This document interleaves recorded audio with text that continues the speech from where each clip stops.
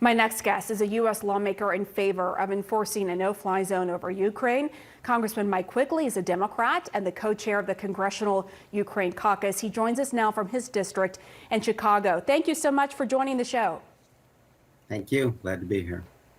So as you well know, many worry that a no-fly zone would effectively be the same as launching a shooting war between the U.S. and Russia, further escalating the conflict and potentially sparking a nuclear war. In fact, one viewer of the show put it this way: why should we risk World War III by sending planes? What do you say to that? Well, first of all, we've already said that we will defend every inch of NATO to that extent. So clearly we are willing to go to that conflict, that level of conflict, if it's 30 other countries that happen to belong in NATO. The first argument I would make is, hasn't Ukraine earned the right to be defended by NATO? Clearly their fight embodies all the reasons that we formed NATO in the first place. You can't help but hear Churchill in the words of Zelensky when he asked Congress last week not to let them exterminate us. He and Churchill weren't just talking about their own country. They were talking about an ideal. I think the second thing to remember is, I think we give Zelensky what they need. So we agree that it's not troops on the ground, but we're clearly willing to send, as you say, javelins and stingers, which are very effectively killing Russians now. And today, the deputy foreign minister of Russia said those are legitimate targets. So if anyone imagines that what we have done already isn't seen by Putin as an act of war, they're not paying attention. Having said that, I think you give Ukraine what they need. Now, is that closing off the skies? What he said was, if you don't give us that, give us the planes. And it wasn't that long ago that we were, quote, very, very actively considering that. There was a very public discussion between the NATO countries about doing just that. Now that talk has turned to practically nil. So obviously air supremacy is important. You're not going to shoot down bombers with stingers and javelins. And it's very hard to watch the evacuation routes be blocked and hospitals be pancaked with babies in them. And no doubt. I mean, it is just horrifying for anyone with a heart and a soul to watch that. That is for sure.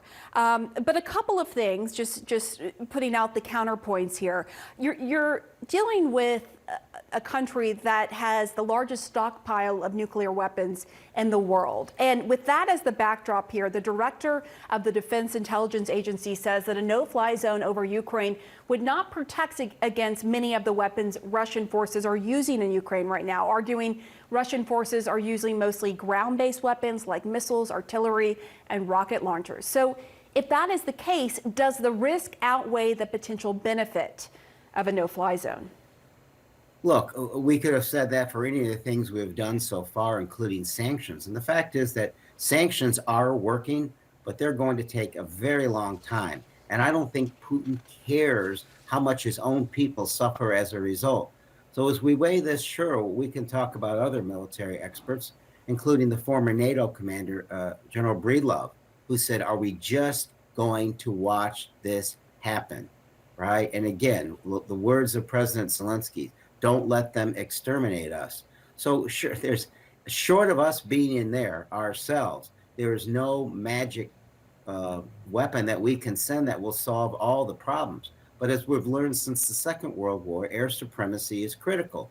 So I think I would argue, if we're not going to close the skies, give them the weapons they need. That's been our philosophy all along. And finally, for those who don't think they're already engaged in this, let's remember what we're talking about beyond just the horrors in Ukraine. This is a President Putin, who was willing to shell and bomb a nuclear power plant with 6 units, 6 times more than Chernobyl. And the threats that come out of Chernobyl are equally scary for all of Europe. I want to ask you before we let you go, Congressman, President Biden said on Friday that Russia would pay a, quote, severe price if chemical weapons are used. What more can you tell us about the concern of Russia using chemical weapons in Ukraine? And what do you think the severe price should be if those chemical weapons are deployed? I mean, first of all, this is a gross violation of international law. No one could have imagined that Putin would come to the country and start obeying the speed limit. He's targeting civilians and calling for foreign fighters to come to the country. So he's capable of anything because, again, these war crimes were committed in Chechnya and Georgia and other countries by this same country. So it's back to my point.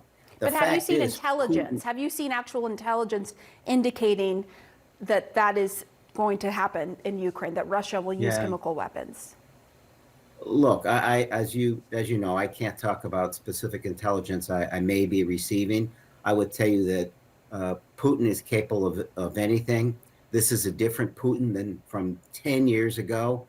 He is scarier, and the fact that he is saber rattling with such things such as nuclear weapons is extremely scary, and we have to take him at his word and be very cautious. But the opposite reaction is, well, because he's got such a dramatic stockpile, we can't do anything. What I'm saying is we've already put the risk out there. We have to make them work. Otherwise, we're going to see a sovereign democratic country buried under his army. So what should the severe price be then if it comes to that? I think it's a continuation of the lethal weapons and going past what we've already talked about. Remember, I may seem like I'm at the cutting edge of this, but the fact is, a month ago, would we imagine NATO being there with the pipeline, shutting off Russian oil, with the lethal weapons, with Switzerland doing what they're doing for the first time, Germany the first time? So I commend the Biden administration for moving NATO relative light years in a short period of time. All I'm saying is that those concerns are real, but what we're watching in real time with Putin and his enhanced threats dictate a greater use of lethal force, and that we give, again, Ukraine what they need to defend against this. All right, Congressman Mike Quigley, we'll leave it there. Thank you for joining the show, for your time tonight. Thank you.